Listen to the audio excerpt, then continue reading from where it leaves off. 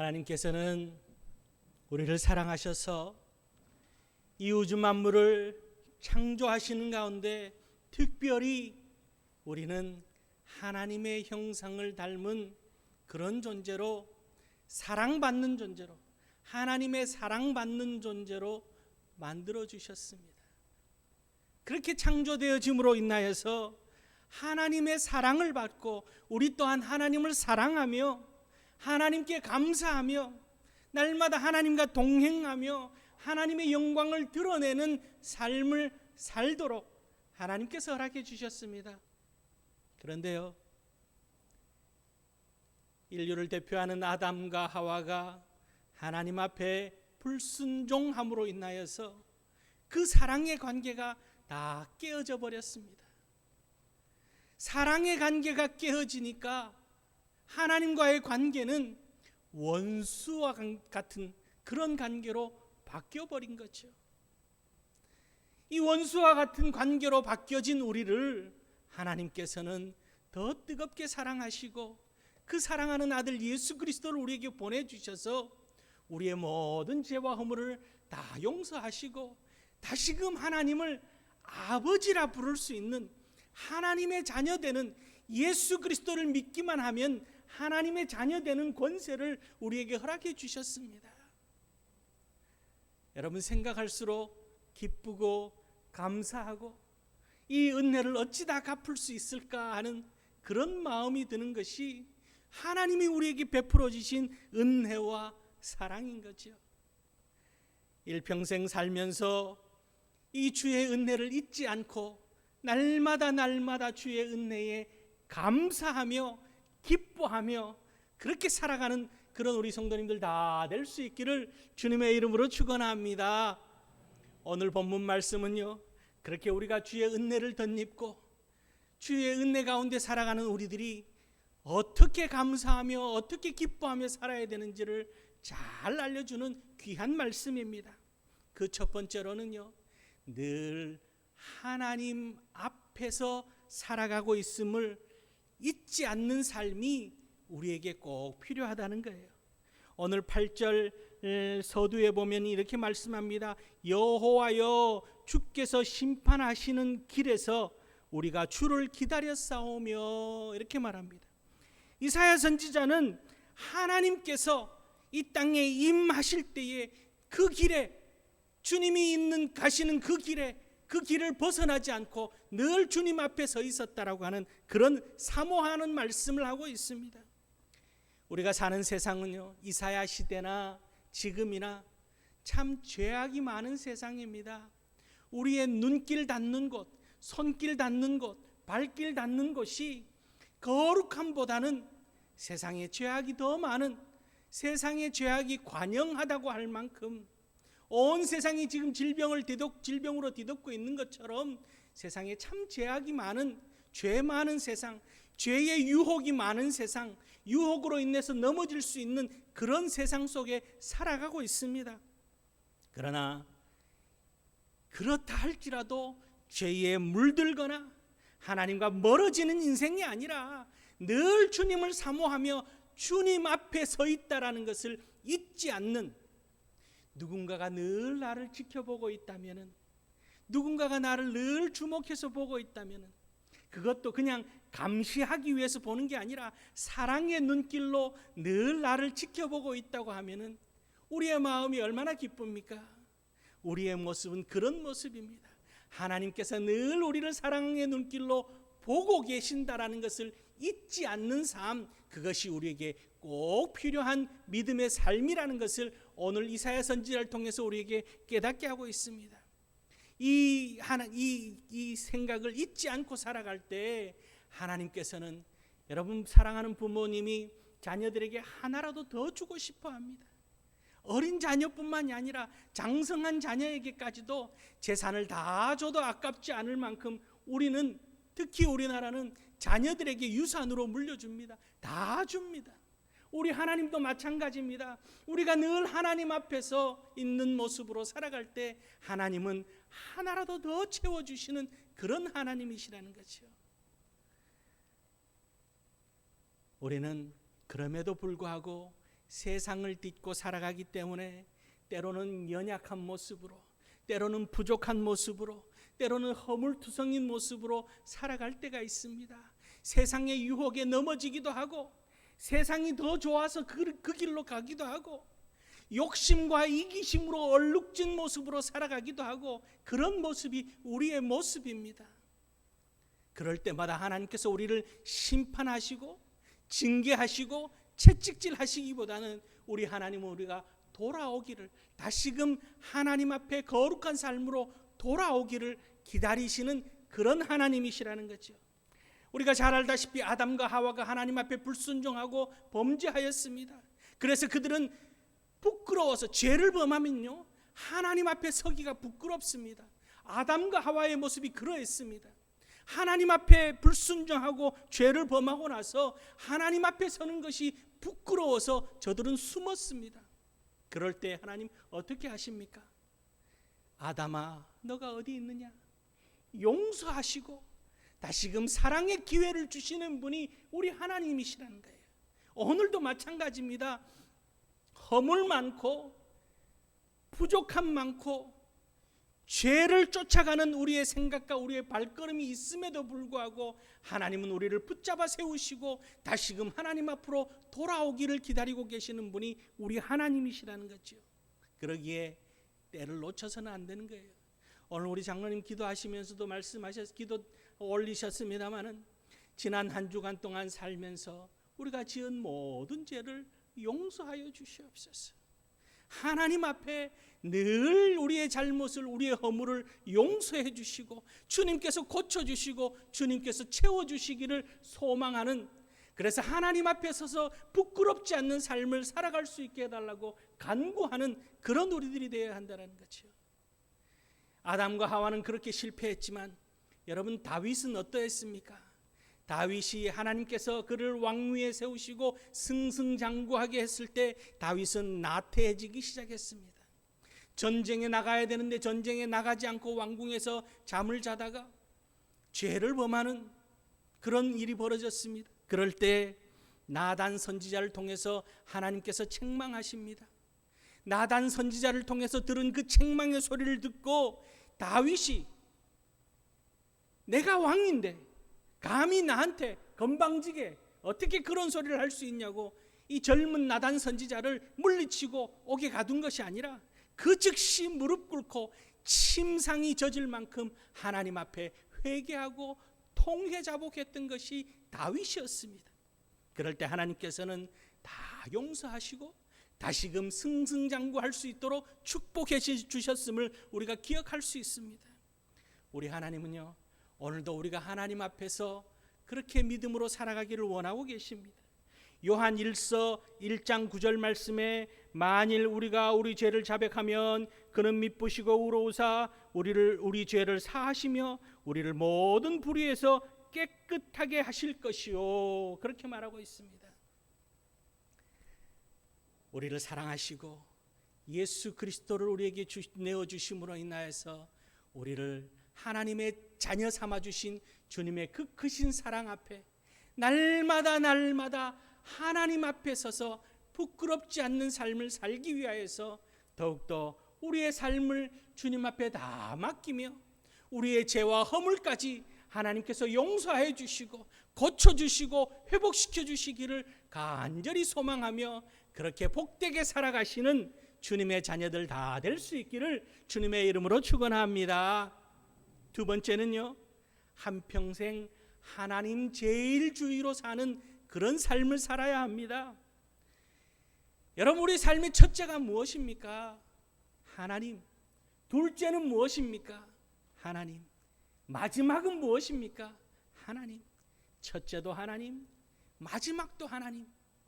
우리의 알파와 오메가 되시는 하나님, 우리의 삶의 전부가 되시는 하나님으로 그렇게 살아갈 수 있는 하나님 제일주의 신앙으로 사는 그런 우리들이 되어야 한다는 거죠.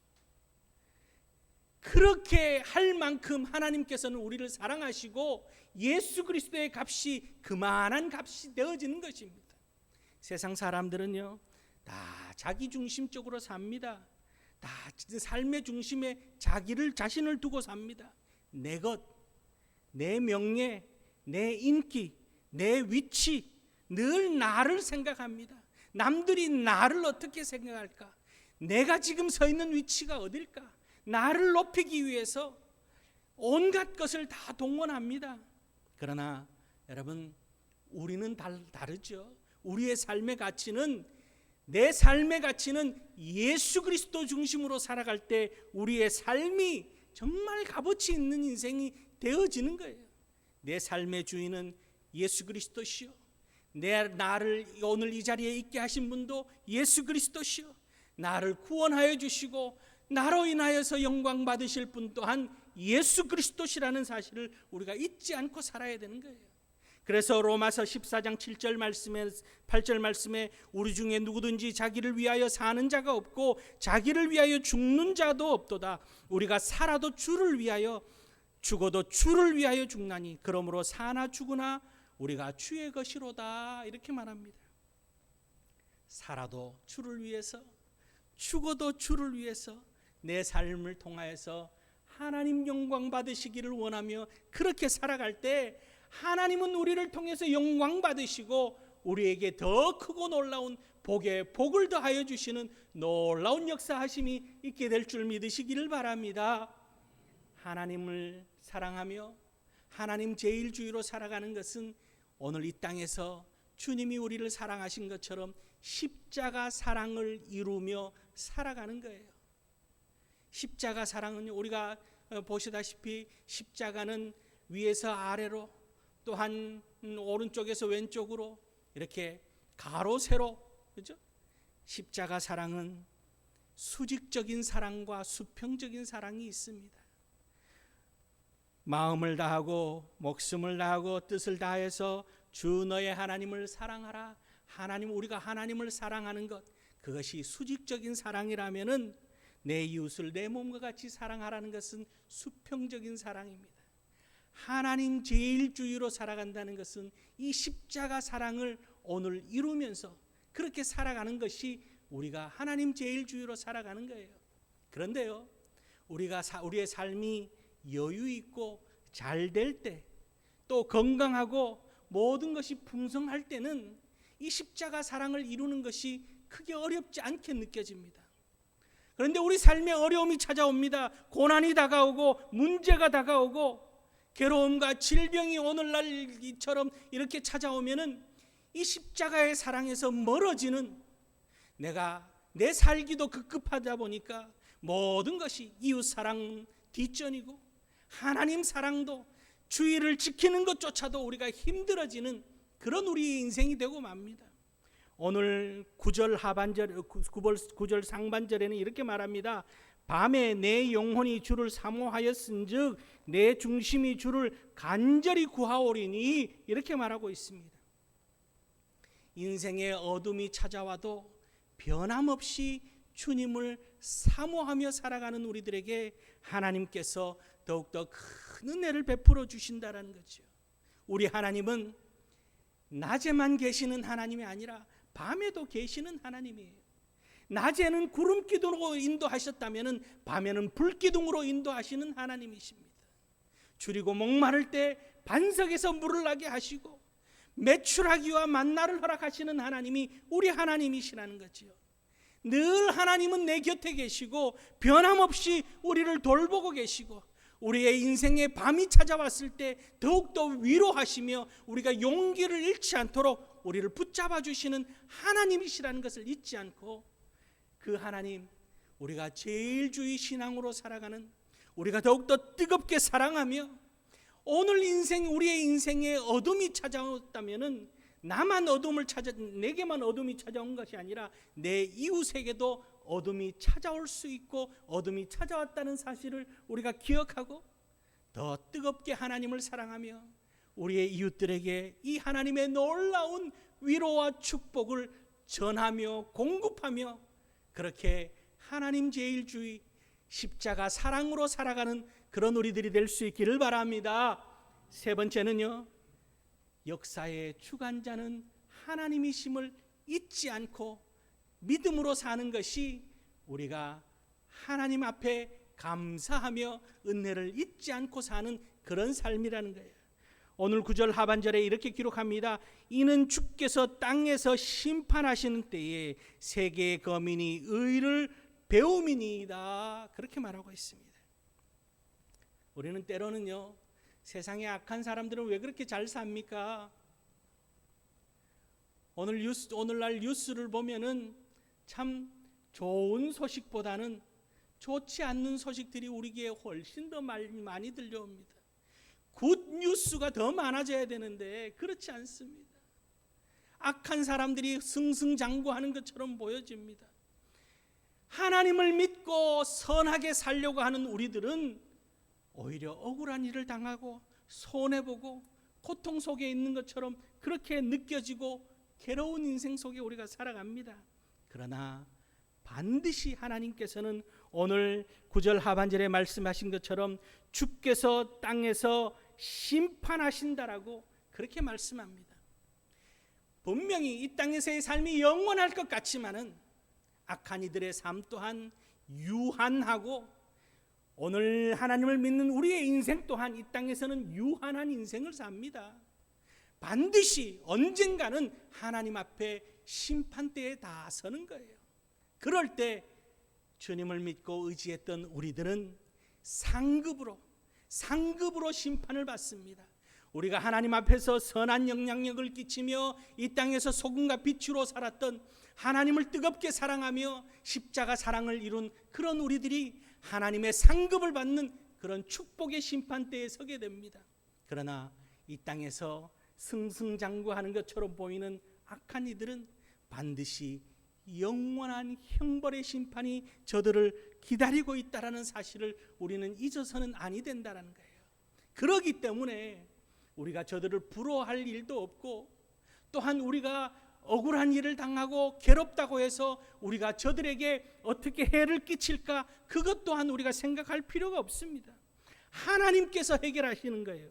이사야 27장 3절 4절 말씀은 이렇게 기록하고 있습니다. 나 여호와는 포도원 지기가 되며 때때로 물을 주며 밤낮으로 간수하여 아무든지 이를 해치지 못하게 하리로다.